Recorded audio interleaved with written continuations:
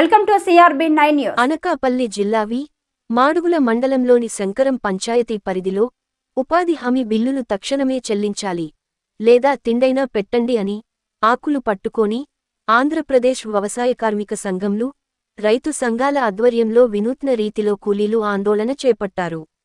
జిల్లా వ్యాప్తంగా పెండింగ్లో ఉన్న 129 కోట్ల ఉపాధి హామీ బకాయిలు తక్షణమే చెల్లించాలని కోరుతూ వ్యవసాయ కార్మిక సంఘం జిల్లా ప్రధాన కార్యదర్శి డి వెంకన్న, జిల్లా ఉపాధ్యక్షులు కె భవానీ, రైతు సంఘం జిల్లా కోశాధికారి గండినాయన్ బాబు, గిరిజన సంఘం జిల్లా కార్యదర్శి ఈ నరసింహమూర్తి మాట్లాడుతూ వ్యవసాయ కార్మికులకు సంక్షేమ బోర్డు ఏర్పాటు చేయాలని, రోజుకూలి 600 ఇవ్వాలని, 200 రోజులు పని కల్పించి అమలు చేయాలని డిమాండ్ చేశారు.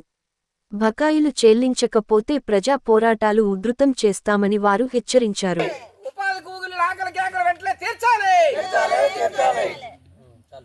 ఈ రాష్ట్రంలో ఉన్నటువంటి గ్రామీణ ఉపాధి హామీ బకాయిలు ఏదైతే ఉన్నాయో వెంటనే చెల్లించాలని చెప్పేసి ఆంధ్రప్రదేశ్ వ్యవసాయ కార్మిక సంఘం ఈ ప్రభుత్వాన్ని డిమాండ్ చేస్తూ ఉంది.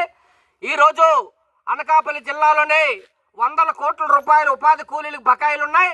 దాదాపు 4 వారాల నుండి 8 వారాల వరకు బకాయిలు చెల్లించవలసి ఉంది. ఈ బకాయిలు చెల్లించాలని చెప్పేసి మాడుగుల మండలంలోనే గిరిజన గ్రామాలకు చెందినటువంటి గిరిజనులందరూ కూడా పెద్ద ఎత్తున ఆందోళన నిరసన తెలియజేయడం జరిగింది.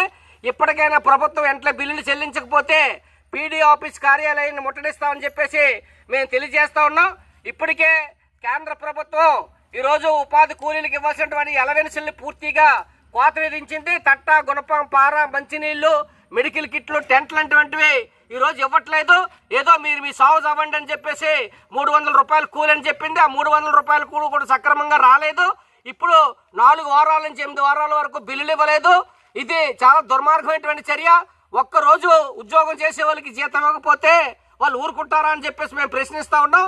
ఈ రోజు దేశంలో ఉన్నటువంటి నరేంద్ర మోడీ ప్రభుత్వం ఈరోజు 1,25,000 కోట్లు ఉన్నటువంటి బడ్జెట్ ని 1,00,000 కోట్లకి తగ్గించింది. దాన్ని క్రమేణా తగ్గించుకుంటూ వస్తూ ఈ సంవత్సరం 86,000 కోట్లకి తగ్గించింది. ఇది ఉపాధి కూలీల యొక్క పొట్ట కొట్టడం కోసం ఈ రోజు ప్రభుత్వం ప్రయత్నం చేస్తూ ఉంది. కాబట్టి ఇంట్లో ఉపాధి కూలీల యొక్క బాధలు, వాళ్ళ కష్టాలని, ఆకలి కేకల్ని ఈ ప్రభుత్వం తీర్చకపోతే రానున్న రోజుల్లో ఇది పతనం అవుతుంది. కాబట్టి ఇంట్లో ఉపాధి కూలీలకు ఇవ్వాల్సినటువంటి బకాయిలు చెల్లించాలి, వాళ్ళ ఎలవెన్సులు కొనసాగించాలి, బడ్జెట్లో ఇవ్వాల్సినటువంటి డబ్బులు పెంచాలి.